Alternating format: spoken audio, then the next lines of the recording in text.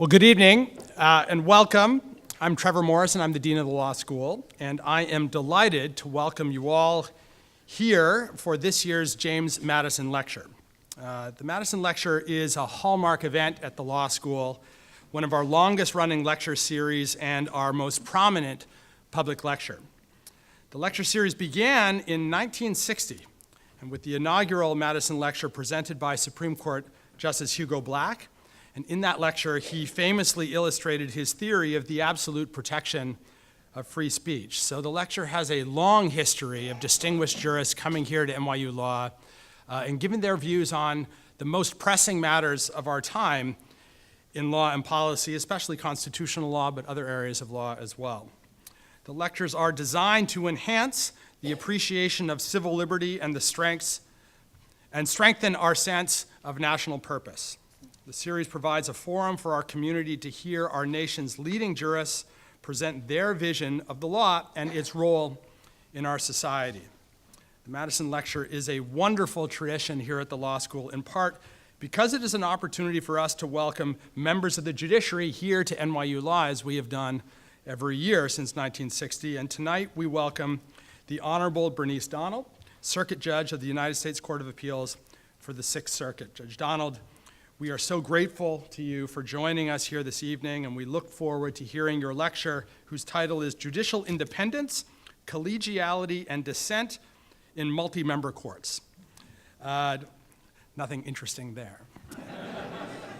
Judge Donald will be formally introduced in a few minutes, but let me just say, Judge, how thrilled I am and honored that you've come to spend this evening with us, and we look forward to hearing from you. Our colleague, Professor Stephen Gillers, will introduce Judge Donald in just a moment. But I want to pause here and say that the Madison Lecture would not have been possible in its inception, or certainly in its flourishing across so many decades, without the vision and commitment of our late colleague, Norman Dorsey, who passed away last year in July of 2017. Norman was, to put it mildly, a titan in the law and in this law school, a dedicated educator and friend of the law school, a visionary for NYU, and faculty member director of the James Madison Lecture Series for 40 years.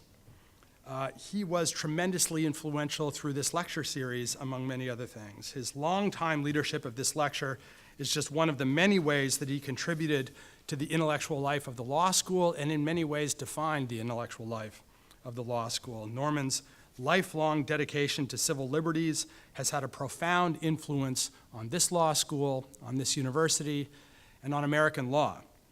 And we remember him tonight. We miss him, we remember him, we celebrate him, and in doing all those things, we continue the Madison Lecture, which we are thrilled to do. So without further ado, I will turn things over to our colleague, Professor Steve Gillers, who will introduce Judge Donald.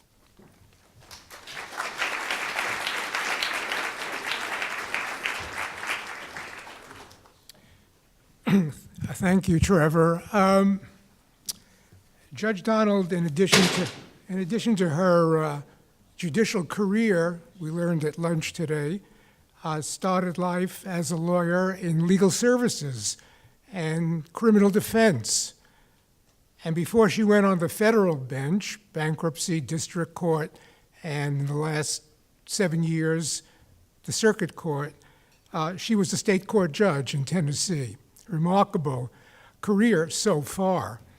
She is the third Sixth Circuit judge who has been a Madison lecturer. The first was Martha Craig Daughtry, and then Karen Nelson Moore, and now Judge Donald. We'll have to get more Sixth Circuit people here, I think, Judge Donald. The subject of her talk is judicial independence, but in a way that I had not yet thought about it. I think about it a lot, but not in this way. And maybe it takes a sitting judge on a collegial court to think about these things. Judicial independence is, of course, assured or intended to be assured by separation of powers and by statutes that govern need for recusal because of external forces that might compromise the reality or the appearance of a judge's impartiality. Judge Donald calls those structural. But she also introduces some idea that I had not thought about, and that is behavioral. The influence, and I'm quoting, the influence brought to bear on individual judges by the internal, not external, but internal institutional context. And she poses this question, which she will partly answer, I think, in her talk. Is it possible that the internal institutional context of multi-member courts is in part inimical to judicial independence? That is, that it has effects deleterious to the fair and impartial administration of justice? And if so, what, if anything, might be done about it? So to answer those questions, I give to you Judge Donald.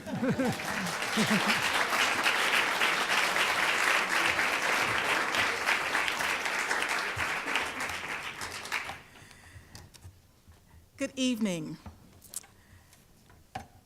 Dean Morrison, the faculty of NYU, I want to thank you for the opportunity to come and be the 2018 Madison Lecturer here at NYU. Professor Gellers, thank you so much. What a pleasure it is to be introduced by a person of your stature and magnitude. To the judges who are here this evening, I know that Professor Ray Loyer, pronounced by me as Ray LaHoy, but anyway, I know the correct thing. Judge Bob Katzman, Judge Pierre Laval, Judge Elizabeth Stung from the Bankruptcy Court, Judge Judith Friedman. There may be other judges here. I am delighted to be here. I tell you that I do not speak for all judges, but I had the occasion last year of going back through a master's program at a different school and exploring some things that I had not really thought about in the day-to-day press of work.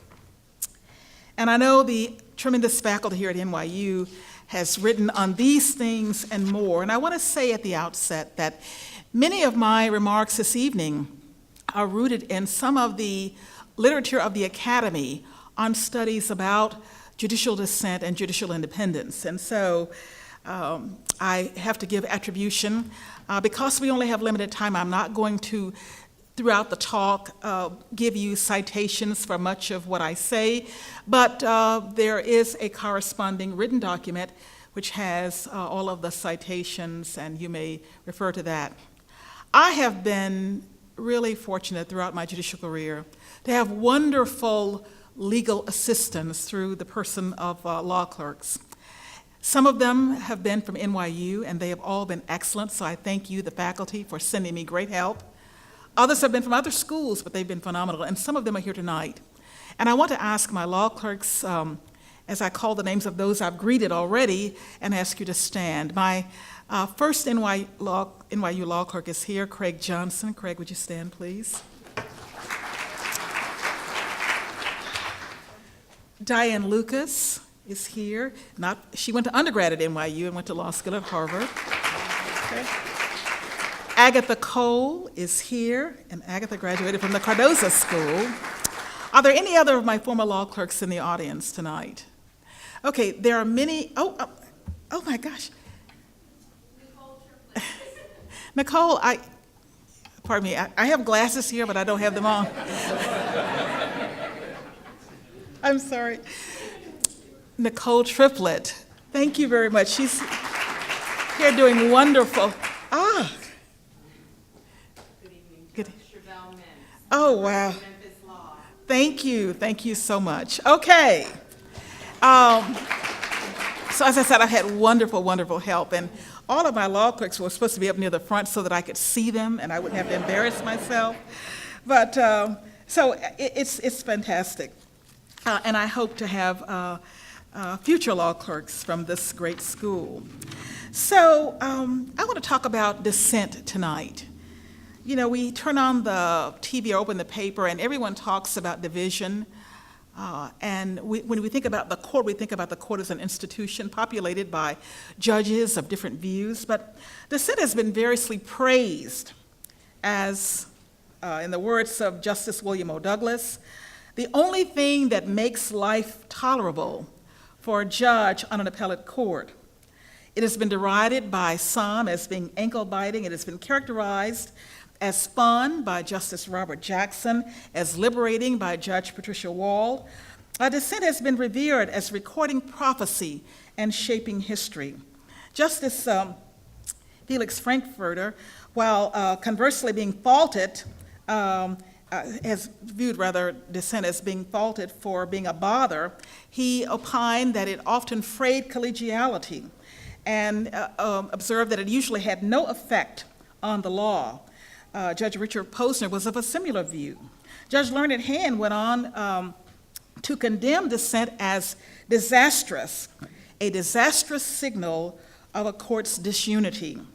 And many of you who have read the New York Times in times past will know that our court, the Sixth Circuit, was referred to,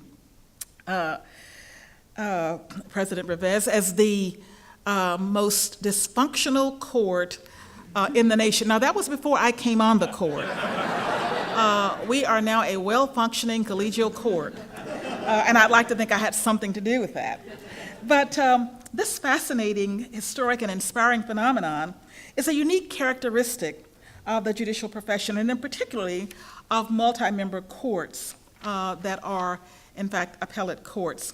This evening, I want to discuss multi-member courts, how and should judges approach the decision whether or not to dissent from the majority opinion. Now, this often complex decision has implications for the individual judge, for judges on the court as a whole, for the court as an institution, and for the judiciary at large. It also has an effect on public confidence in the courts by the overall society. It can impact judicial independence in perhaps unexpected ways. First, I want to just visit a moment about the overview of the issue of dissent. Judicial independence has an often overlooked component that is internal to the court. It is far more common for observers to approach the topic as institutional, that is, branch independence. We know that the judiciary is independent of the executive and the legislative branch. Sometimes we look at it as individual or decisional independence, that independence that is arrogated to the individual judge. The concern being that the judge will not be influenced by pressures external to the court. In a writing by Professor Charles Jay, he introduced the concept of branch independence, viewed through the separation of powers lens. He wrote that that is a matter of the judiciary's attributions against those other co-equal branches compared to this decisional independence that is marked by a judge's decision whether or not to exercise the judge's authority to dissent in a proper case. Much of his work, though, indicated that even in decisional independence, it is often not free from external threats or inducements. But more importantly, those are not the types of inducements that one would normally think about, improper or illegal means. Those are facets of judicial independence that come together and are thought of as structural, as contrasted to this notion of behavioral independence. That's looking at the judge in the cultural and judicial environment of the court. It looks at the actual conduct of individual judges. The concern about the behavioral approach is the extent to which judges exercise legal reasoning and judgment independent of these illegitimate constraints. It really speaks to whether or not judges on multi-member courts will, more likely than not, go along to get along. That's the phrase that we're talking about. So I wanted to focus exclusively tonight on the behavioral side, the exercise of judicial authority by individual judges in these environments that are often made up by people with differing views, sometimes about the law, looking at it through their individual lenses and interpreting that law. Unlike the external focus of most scholarship on judicial independence, I want to examine the influence brought to bear on individual judges by internal, institutional functions. So while federal appellate judges serve on multi-member courts, they typically hear cases on appeal in 3-judge panels. Infrequently, they will sit as an en banc court where all of the judges on that court will hear the appeal. But that is not the norm. Judicial independence, seen as an absolute value, which is a phrase that Professor Jay uses in his work. He talks about the term unqualified judicial independence. It's really rare. It does not resemble the work that we do day to day. And why do I say that? Because none of us are free to make those decisions, free from things like the Constitution, statutes, precedent, rules, the record. We can't just reach out and grab things that are beyond the case, beyond precedent, beyond the rules to decide these cases. So the fundamental concept, the fundamental ordering principle of stare decisis, and more specifically the controlling authority of the circuits and the Supreme Court, provide a powerful constraint on this notion of judicial independence. Judges are bound by that and operate within that construct to do the work of the court. Another constraint that forms the most important structuring framework is the standard of review. Now, Judge Patricia Wall states that more often than not, it is the standard of review that determines the outcome in a particular case. I am not certain that I hold that notion. I know that it is critically important, and whether you're looking at whether or not something is an abuse of discretion or whether or not it's clear error, can certainly have a profound impact on that decision.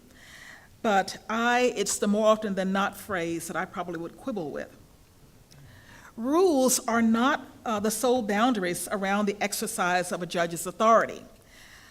Some of the other constraints affecting judges on a multi-member court are the judge's relationships with colleagues. And that is a real critical point. In fact, when our court was described, as I mentioned before, by the Times, it was the relationship with colleagues on the court that brought about that description of dysfunction. These reflections are concerned with internal constraints springing from the institutional framework in which judges operate. And we have to look at what considerations constrain a judge on a court who might differ from the majority in considering whether or not to write a dissenting opinion. And sometimes this can be a difficult decision. The very existence of this dilemma is historically bounded. At our national beginnings, the English common law tradition was a tradition of seriatim opinions, with each judge writing separately. That prevailed until the ascension of John Marshall as Chief Justice in 1801, and he brought about a major change, introducing this concept of a single opinion of the court. Marshall believed that the issuance of a single opinion of the court would best enhance the court's authority and promote confidence and integrity in the work of the court. Dissents did not become commonplace for at least another century. It was well into the 20th century. 9 of 10 Supreme Court decisions still took the form of a single opinion of the court. I don't think that we can say that today. So even when a dissenting vote was cast, it was for a long time very common for the Supreme Court justice to simply note a dissent, the words, "I dissent," with no explanatory opinion supporting that.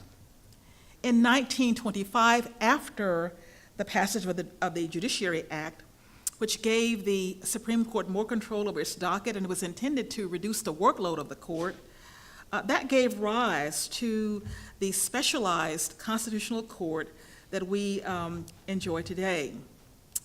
Professor Melvin Yarovsky has done a good bit of work on this notion of dissent and when and how it arises. He observed that given that only the hardest cases reach the Supreme Court, it is no wonder that there are many cases today that are non-unanimous with different judges coming out writing dissents. The same would appear to hold true for the significant number of cases coming to the appellate court, because in truth, the appellate courts are in large part going to issue the final decision in a case, because the Supreme Court will only issue about 70 to 80 opinions a year. So this notion of the hard cases coming to the court and the issuance of dissents, I think, reflects that phenomenon.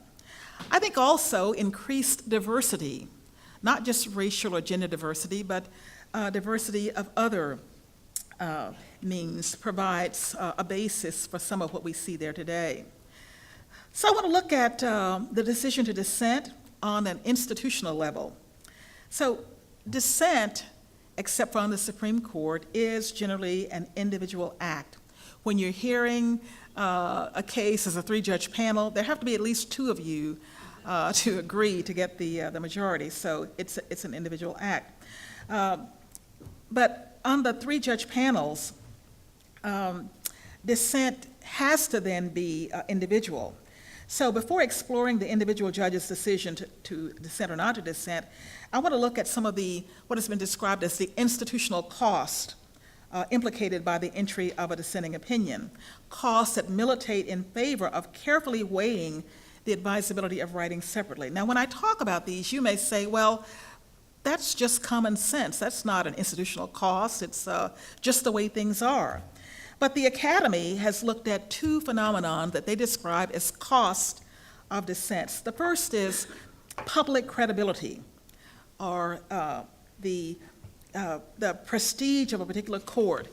Presumably, a judge who is writing dissents that person's credibility and the credibility of the court may be impaired by the writing of a dissent. And the other is a cost factor from a workload perspective.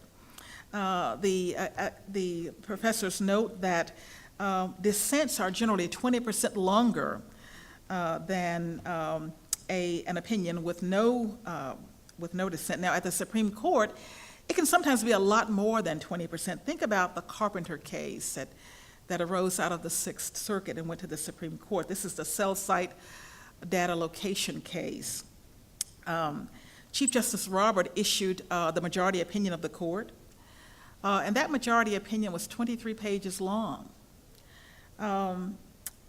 Justice Thomas then issued a dissent that was 21 pages long. Justice Kennedy issued a dissent that was 23 pages long, and Justice Alito issued a dissent that was 25 pages. Justice Gorsuch rounded that out with a 21-page dissent. So you had a majority that was 23 pages, and when you got in all the dissents, you ended up with a decision that was close to 100 pages, if not more. Mathis, it was more than 100 pages in length, I think 119 pages. So it does increase the workload, but it increases the workload of the lawyers who, when they are looking at these cases, generally are going to read the majority and the dissent, even though, ostensibly the dissent adds nothing to the body of law, except when it does. So, turning first to the notion of credibility, the view is that the person who writes the dissent is going against the reasoned opinion of the majority. And all of these people ostensibly are of equal esteem and prominence. But there's some judge who disagrees and is writing separately. And that might display a weakness or a lack of certainty with respect to the authority's opinion. Judge Learned Hand warned that dissent could be disastrous because disunity cancels the impact of monolithic solidarity on which the authority of a bench of judges so largely depends. In that same vein, Professor Alan Barth once wrote of the effects of the Supreme Court dissents, and he said that a dissenting opinion casts a certain shadow on the majority opinion, the authoritative view of the issue that the court has considered. A dissent makes it plain that one or more jurists, as eminent as those who constitute the majority, thinks that the majority got it wrong.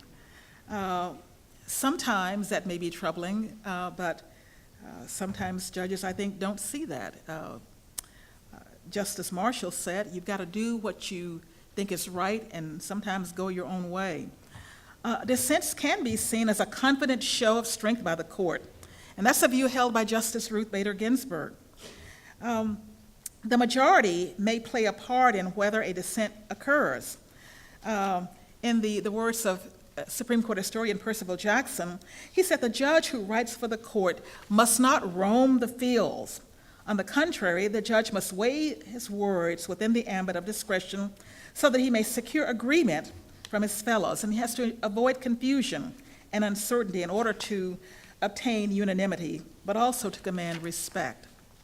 Put somewhat differently, the strength of the collegiality on a court may inspire the majority to take minority reservations or objections into account, and this may mute certain of the arguments in order to avoid a dissent.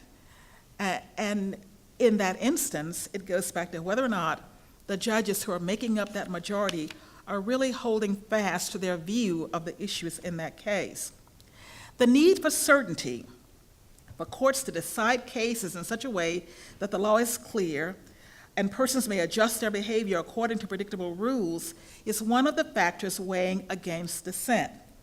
Now, Justice Brandeis noted, stare decisis is usually the wise policy because in most matters, it is more important that the applicable rule of law be settled than that it be settled right.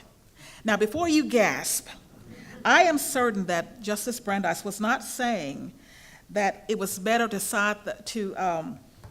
get the case decided, even if it's decided incorrectly. I think he was speaking to those close cases, and that in those close questions, that some resolution is better than no resolution, and judges should work together and examine and re-examine issues to see if they can't reach a conclusion, like we tell juries to reason, even though you may have a strongly held belief. Listen to what the other side sees and test that and see if you can't come to some agreement. And I think judges do that same thing. Now, ironically, Justice Brandeis's praise of the value of judicial certainty came in the form of a dissent. So the rule of stare decisis, though tending to consistency, he said, and uniformly of decision, is not inflexible. Whether it should be followed or departed from is a question entirely, he said, within the discretion of the court. As to the second cost, that dissents lead to extra work, well, when one chooses to write a dissent, that is self-assigned extra work. And I think most judges who have strongly held beliefs and a view of the law do not feel burdened by that at all. The extra cost of time is just part of the job. Dissents do not solely impose costs, though. They also bring benefits. A common rationale for dissenting is to flag an error in order to show the attention of the court, is to draw attention to the court above. And these dissents can signal shifts in jurisprudence that may fall to a future generation to resolve. But they often serve the function of safeguarding a minority's dignity and capacity to register deeply held views in the record.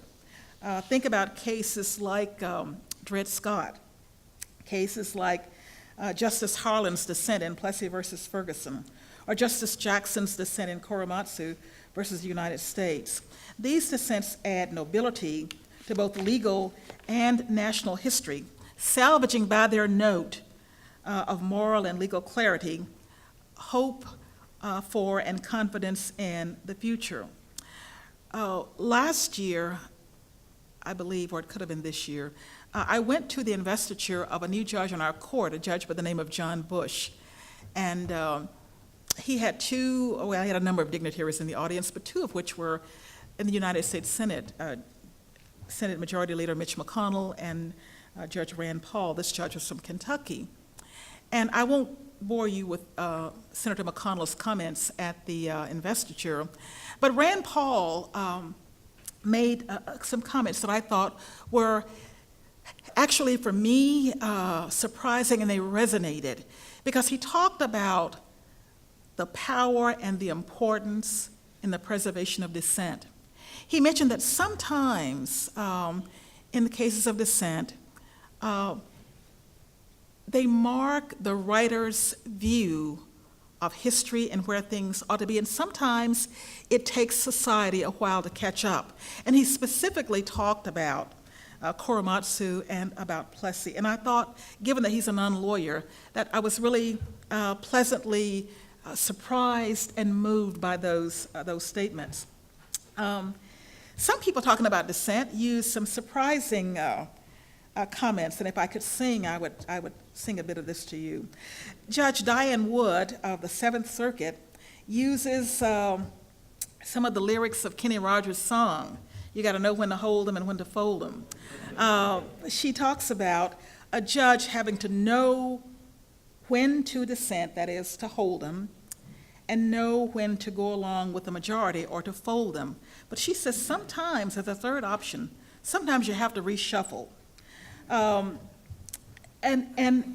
in her instance, she believes that these are things that judges really need to consider, the value of doing that writing and what it does to the person, what it does to the court, and how important it is for you to exercise one of those several choices. Judge Patricia Wall from the D.C. Circuit cautions against separate concurrences. Now, we think the concurrences are sort of agreements with the result reached by the majority, but she says that someone who is constantly writing concurrences could raise eyebrows for writing separately on matters where the judge thinks that the majority got the result right, but they may be thought of being somewhat self-righteous or even single-minded in requiring that the public see it in this individual judge's way. She said that judges must be careful about that departure from the opinion of the court and drawing attention to the attention rather to the individual judge. I mentioned to you earlier about Thurgood Marshall's view, and I think all judges, whether they're on a multi-member court or on a single court, view the law through a particular lens. And I want to be clear, I don't mean that the judge injects their personal view of the law. I think judges look at the law, they come to it with a view to applying that, but it's not in a vacuum. All of us view it through a lens that is filtered by life's experiences and a range of other things. So dissent likewise is fueled by perspective and viewed through life lens. So, we can talk about what is the currency that the judge has at stake. If you're using Judge Woods' metaphor, well, it's the judge's persuasive standing with her colleagues, not only on that particular panel, but the colleagues on the court. Does one, by writing separately too frequently, risk her credibility or risk being taken as one who lacks the heft to influence colleagues? Does one run the risk of being branded such that it lessens the effectiveness of a judge on the court? And how should one weigh that? Justice Harlan Stone, in a letter, confided that if I should write in every case where I do not agree with some of the views expressed in the opinions, you and all my other friends would stop reading my separate opinions. So he said that the decision to dissent must be measured. These and other considerations lead to what Judge Posner calls dissent aversion. And if you think about that, it's characterized to the boy who cried wolf too often, or perhaps the dog that barks incessantly, such that when there really is an armed intruder, no one pays any attention. The judge who's frequently dissenting when there's an issue that they really need to dissent, is this just one more dissent flowing from that judge? It has been said that one needs to pick the ditch in which they wish to die, but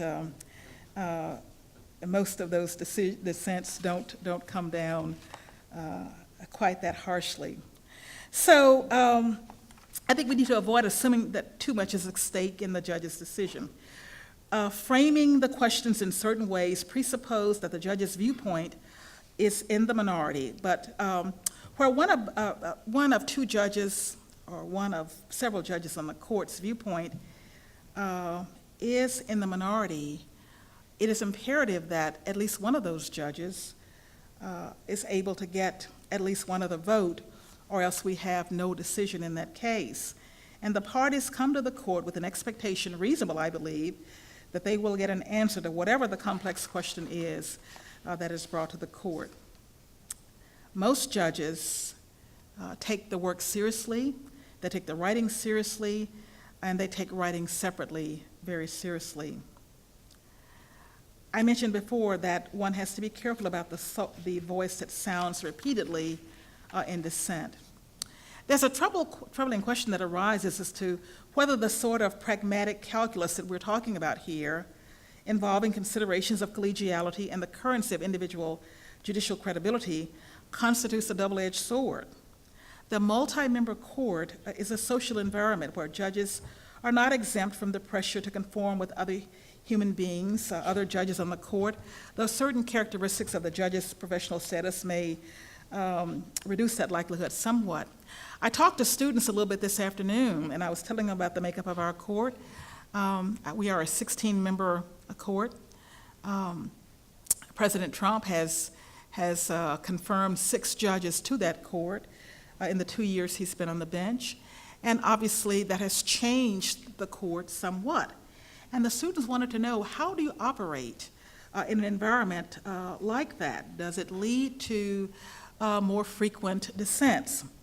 I know that Jim Silkenet, former president of the American Bar Association, is here, and I had the experience when I had been on the court for about 4 years of going to a reception. And at that reception, I was introduced, not by Jim, but by someone, to a young lawyer. And once I was introduced, the young lawyer said to me, "Oh, you're the dissenting judge." And I was taken aback a little bit. I wasn't quite sure how to view that, whether it was a compliment or something else. And I didn't view myself as having been there long enough to earn the label of dissenting judge. But that's what the person said. So, I think that as a judge, and as I told the students today, when there is an issue on which I believe I need to write separately, whether it's a dissent or a separate concurrence, I have to do that.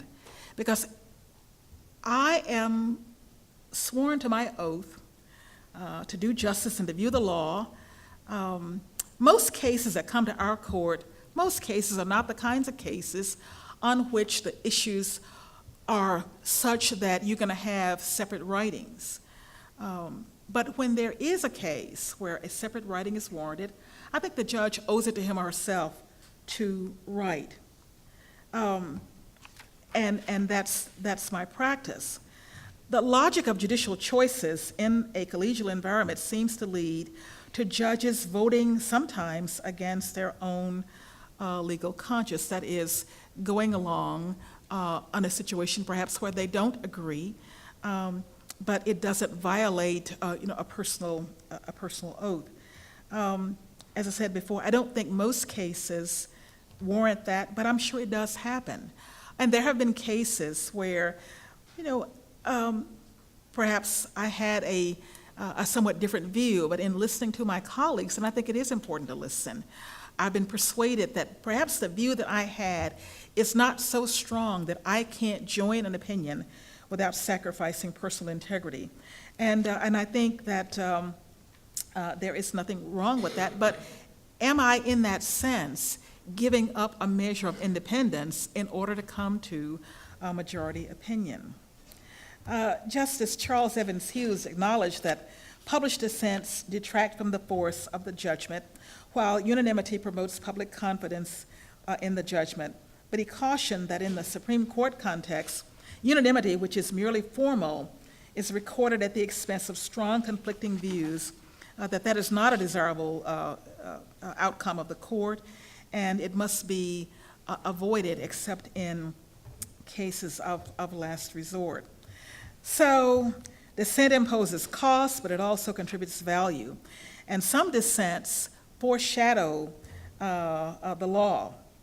I mentioned Justice Frankfurter before, but Justice Frankfurter praised Justice Holmes's dissents as, quote, recording prophecy and shaping history.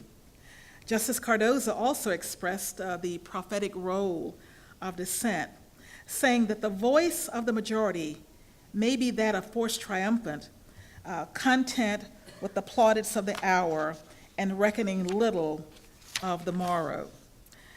He said that the dissenter speaks of the future with a voice pitched to a key that will carry through the years.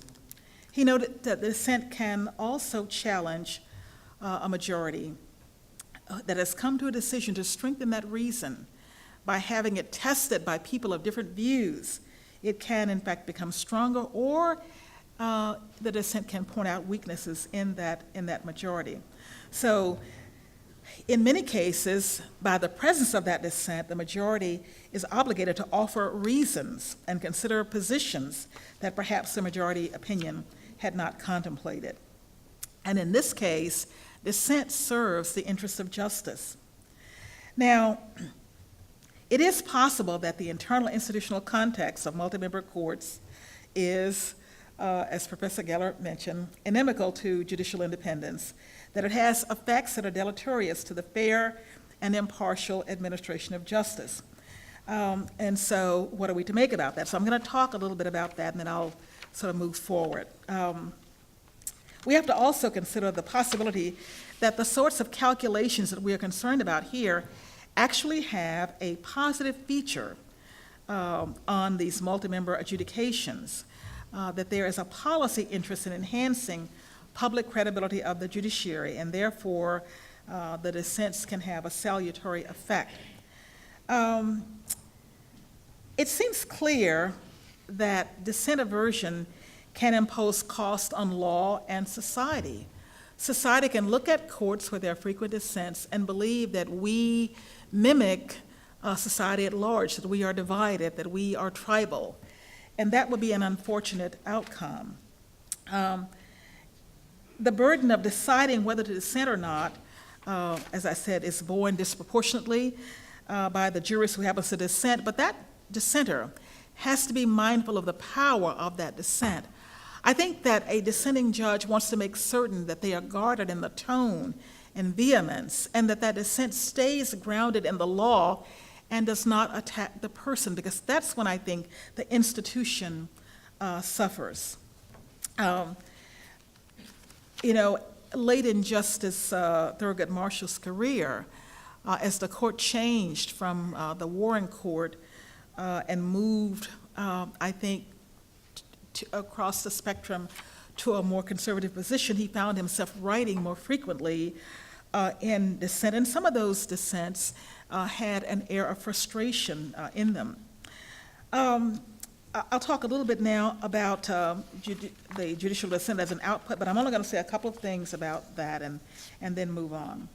I mentioned this Professor Urofsky's work. he looked at dissents on the U.S. Supreme Court, and he said that a dissenting opinion is not law, and it serves no official function. He's thought that sometime it was particularly, was a lot like ankle biting, and those are his words. He talked a lot in that context about dissents written by Justice Scalia, and I think he was concerned there about the tone of some of those dissents and some of the personal things that appear to creep into some of the dissents. Other writers have said there's been no tip of the hat to the prophecy, to the matter of dissents as prophecy with honor, or any other idealistic praises. Dissent makes no new law, and it can sometimes undermine persuasive authority. I want to just talk about now a couple of dissents that I think were prophetic, and you know all of these cases, so I'm just gonna touch on them. I mentioned before the dissent of Justice Curtis, and I didn't mention Justice McClain, but he was one of the dissenters in the case of Dred Scott v. Sanford, and you all know the case. Dred Scott was taken.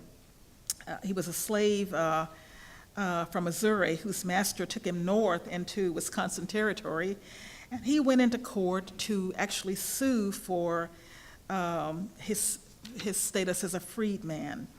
The court at that time, headed by Chief Justice Roger Taney, took a dim view to Scott's case, saying that the court ruled that blacks in the United States had no right to sue. They weren't a person, so they could not sue.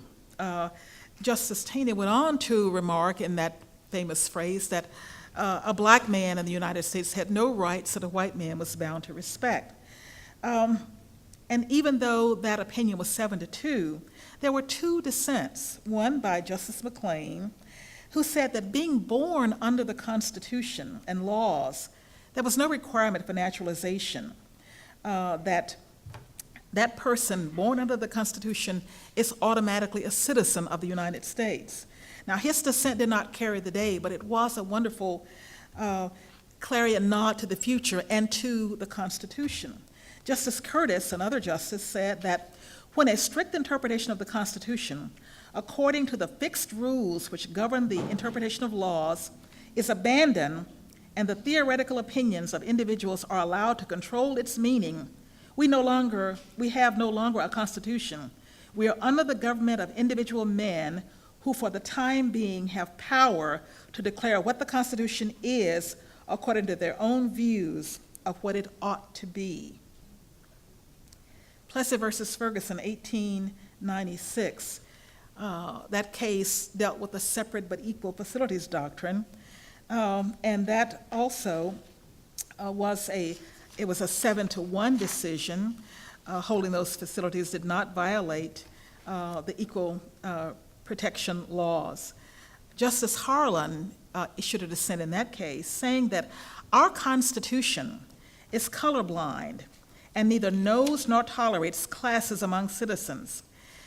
He said, in respect of civil rights, all citizens are equal before the law. The humblest is the peer of the most powerful. The law regards man as man and takes no account of his surroundings or of his color when his civil rights are guaranteed by the supreme law of the land. And then there was the case of Olmstead versus the United States in 1928. This case involved the use of wiretapping to gain evidence in bootlegging operations during the Prohibition era.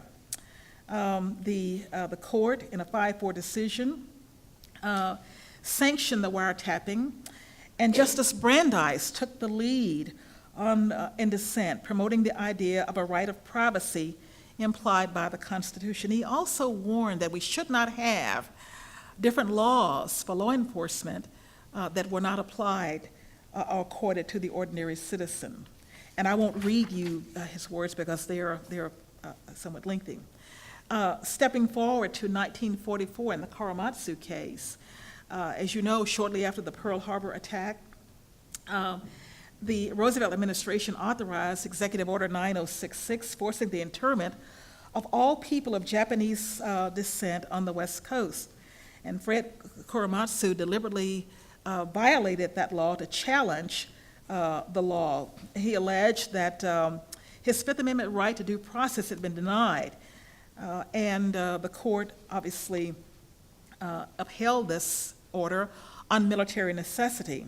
Justice Jackson, in that case, dissented, and he said that a military order, however unconstitutional, is not apt to last longer than the military emergency.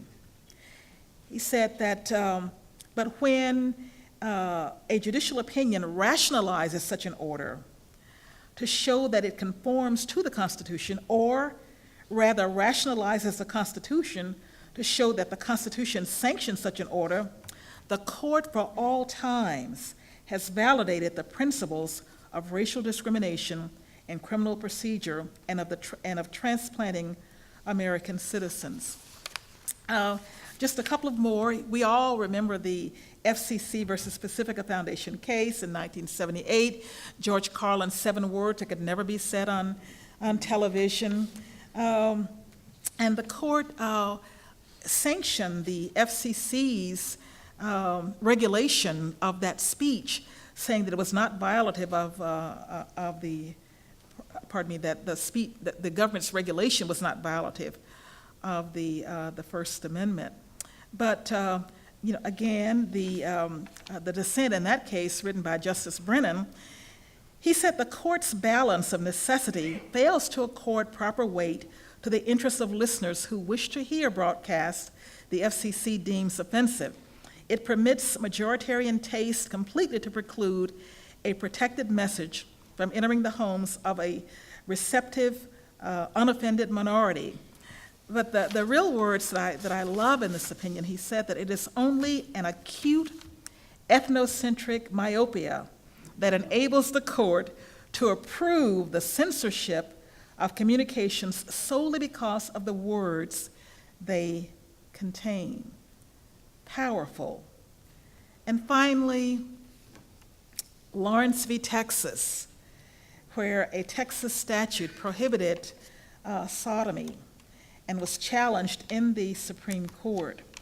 The court ruled 6-3 that the Texas statute was unconstitutional. It was an unconstitutional intrusion into the private life of American citizens. And Justice Scalia was among the leading dissenters. Justice Scalia said that even though this case does not address the right of homosexuals to marry, that was the next step, and that you needed to guard against that.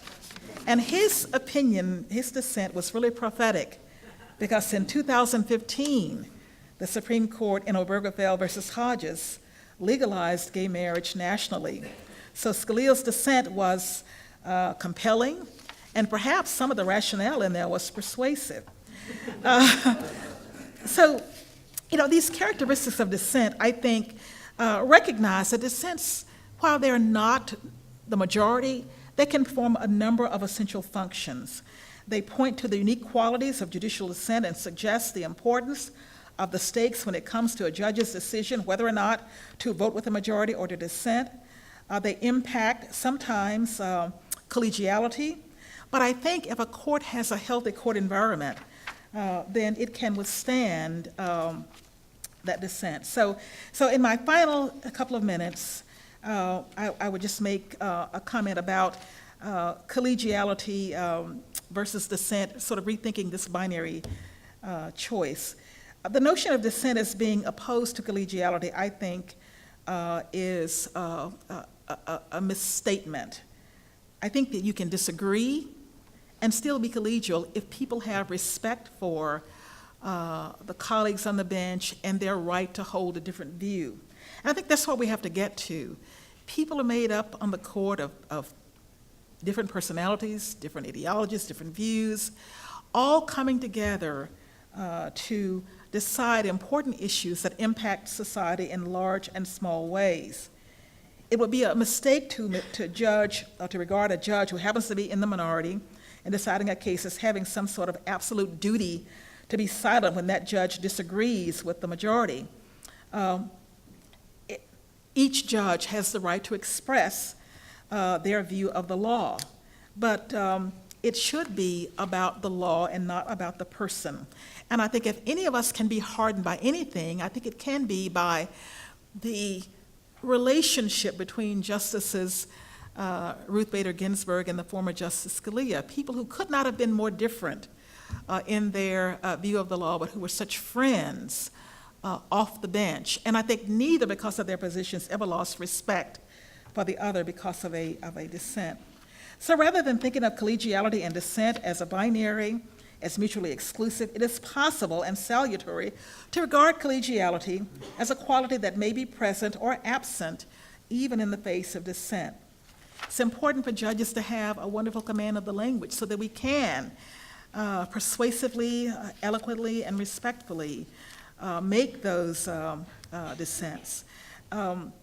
There was one dissent that's in Professor Yaroski's work where the judge starts off, "I'm deeply troubled by the majority's deplorable disregard for fundamental fairness." Deeply troubled conveys intense unease, but the alliterative phrases that follow are exceptionally forceful. The adjective deplorable in particular is a real barb, and probably, upon rethinking, probably would not have been used advisedly. Judges have accused other judges of distorting a particular legal standard and of expressing an outlandish refusal to treat relevant authority as proper authority. Sharp wording has its place sometimes, but I think that if we can make forceful points forcefully without personalizing those and without demeaning a judicial colleague, I think that is the thing that really points the way to a collegial court where different views will be respected. Even though you disagree, it would be disagreement with respect. Dissents can be expressed collegially, and I talk to my clerks all the time about that process. We can disagree with outcomes, but we don't disparage and demean the people who hold those different views. And if, in fact, we are writing something where a judge is going to be reversed, they are instructed never, ever to use that judge's name, the name of the judge who's being reversed. Now, if we are affirming and praising, we can use the name of Bob Katzman, but if we are reversing a judge, we don't put that name in there. It's not necessary.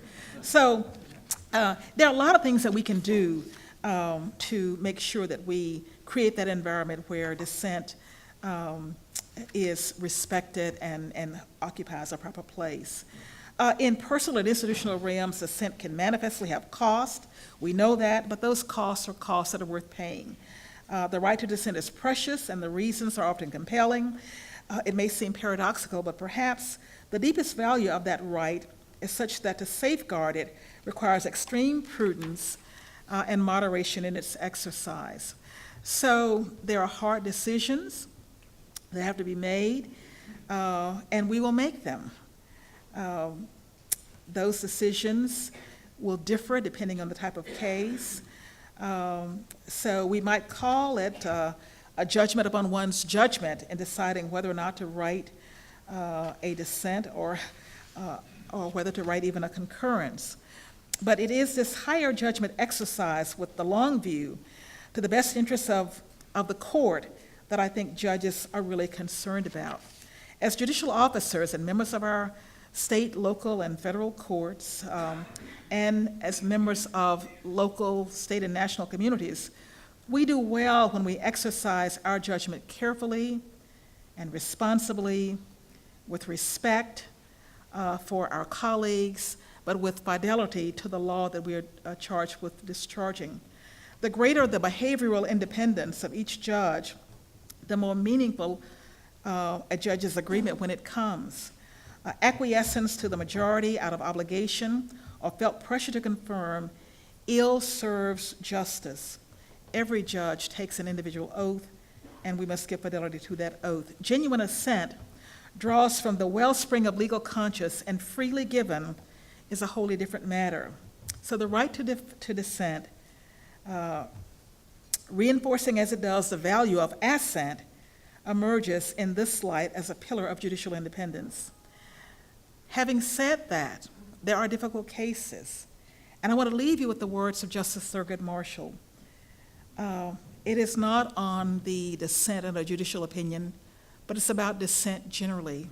And he says that we, as a people, must dissent from indifference, we must dissent from apathy, we must dissent from fear, hatred, and mistrust. We must dissent because America can do better and because America has no choice but to do better. The judiciary is an independent, strong institution that has played yeoman's role in where we are today as a society, as a country, as a nation, and as a world.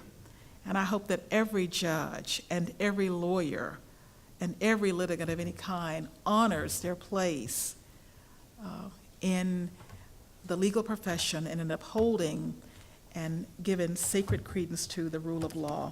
I thank you, and I think we have minutes. Do we have a few minutes for questions? Okay, so if you have questions.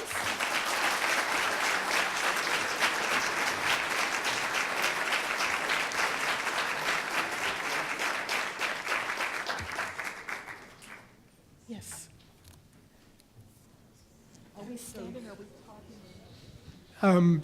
Judge Donald has agreed to answer a few questions, and I ask that you come up to the microphone if you have one, and while we wait, I'll ask the first one because I want to challenge your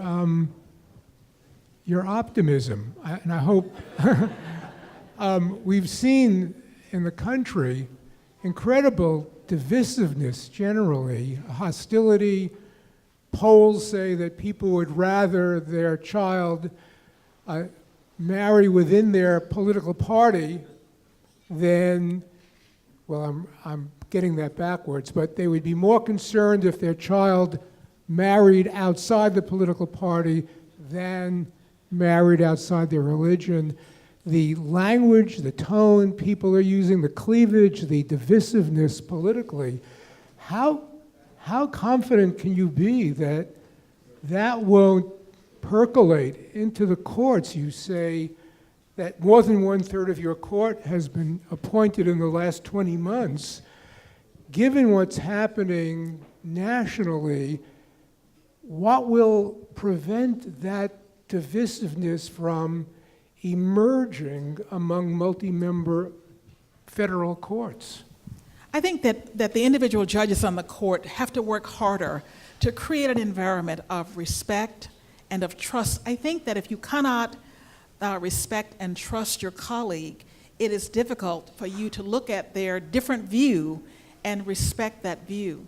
Our court went through a rough period. No one on that court ever wants to go through that again. We on the court now are working actively to make certain that we get to know each other, not just as judges, but as individuals, as people. And we come from different places, we have different views. But when it comes to the law, we have to respect that every judge comes to the law with an honest endeavor to make the best decision they can. And we try, I think, not to believe that any judge is coming at this from a political perspective. And I have to believe that because we have to remain free from those external influences from the political realm. Even though we are appointed, I am optimistic that our judges, no matter the president who appoints them, really will come to the court not with an R or a D imprinted on their robes, that they will come as a judge exercising independent judgment to make the best decision they can based on the law and the facts and the other proper constraints that frame that judgment. So I guess I'm just a natural optimist. Yes, sir. I can't tell. Is this on? Yes. First, thank you for a lovely talk. That was all fascinating to listen to. In addition to the singular dissent, I feel like there's been a tendency at the Supreme Court level to have a line of dissents. Justice Scalia is probably a great example with Lawrence to Windsor to Obergefell. I was curious your thoughts on whether a continuing objection to the original case might even be an issue with stare decisis, where years after a decision was made, the justice is still not really accepting it as the law. You know, I think you have some of that, and it gets back to, I think, judicial craftsmanship, where one believes that, you know, that is the law, but it ought not to be, and we can start down a road where we start to write, if there's an opportunity or a crack, to write to try and etch away at that, and ultimately to, you know, to a revision. So I think that's just something that probably happens, and maybe that's how we end up getting change. But until there is a real decision that directly either reverses or alters that facet of jurisprudence, and we're with it. But that does not stop judges from opining and writing about perhaps shades of it, or saying to some degree, this is where the law ought to be going, and here's how to get there. And every time one finds, a case that gets you closer to that goal, exploiting it. Yes, sir. Thank you, Judge Donald. Would you agree that the one beneficial value of a potential dissent or a threatened dissent might be to narrow the scope of the decision of the majority, and in that sense, perform a useful function? Absolutely, and that's what I meant by that. Sometimes having that threat of dissent or that proposed dissent, it will cause the court to mute certain positions in the majority opinion that might have been made, or back away from some things. So that is one of the effects that it can have on the multi-member court, because judges really don't want to draw a dissent. They don't want to lose the third judge. The court wants to issue majority opinions if it can, and if there's something people can do to by moderating views, or by some adding different things, the would-be dissenter can help shape that majority opinion so that it comes out a little more muted. Thank you. Your Honor, Yes, sir. in the state of New York, in order to get to the Court of Appeals as of right, you must have 2 dissents in the appellate division. Also, in terms of seeking an application in the federal court, in terms of asking for en banc, you're not going to get any place if you have the unanimous decision of the 3 judges. Are these things to be taken into consideration when you decide whether or not you're going to dissent? Thank you. What is your name, sir? Robert A. Katz. Mr. Katz? Yes. Okay. You know, I am sitting here looking at 2 judges from the Second Circuit Court of Appeals who are here in New York, and I'm gonna refrain from answering that, because these are people who know, and I am not foolish enough to wade into that. I think that with our court on the 6th, and I don't know how it works on the 2nd, but when there is a request for en banc, one of the things we look at is whether or not there are conflicting decisions from different panels, because one panel can't overrule another, and often in that instance we will take an en banc hearing if it is on a significant issue that presents good facts. But we consider carefully before we go en banc. The parties, they appeal, and I don't think we have as stringent of rules as perhaps you do here in New York, because we get lots of appeals. But the court will decide whether or not it will grant oral argument, or whether it will simply, decide the case on the paper. But We, of course, aren't in the position of the Supreme Court where we decide which ones we get and which ones we don't, but we do decide which ones that we hear will have oral argument. I will say one other thing in the event there are students here. We have a tradition at our court, and actually a rule, that we don't hear every oral argument on every case where there's a request. But if there is a law firm that takes a case pro bono and they request oral argument, we will give oral argument in that case because the law firm has expended resources and they are doing a service to the court by taking the case, and so we'll grant oral argument if there's a request. The other issue is if a law school clinic is arguing the case, if they've submitted the briefs, we will automatically grant oral argument in that case because we want the students to come and have an opportunity to present, and we find that we get great quality work from law school clinics. And forgive me for not answering your question directly, but, you know, I'm not going to. Judge Katz and Judge Loyer are going to be around a little bit after, so you can sort of ask them that. Next year, the speaker will be Jerry Lynch from the Second Circuit. There is a refreshment stand back there. Please partake. Thank you.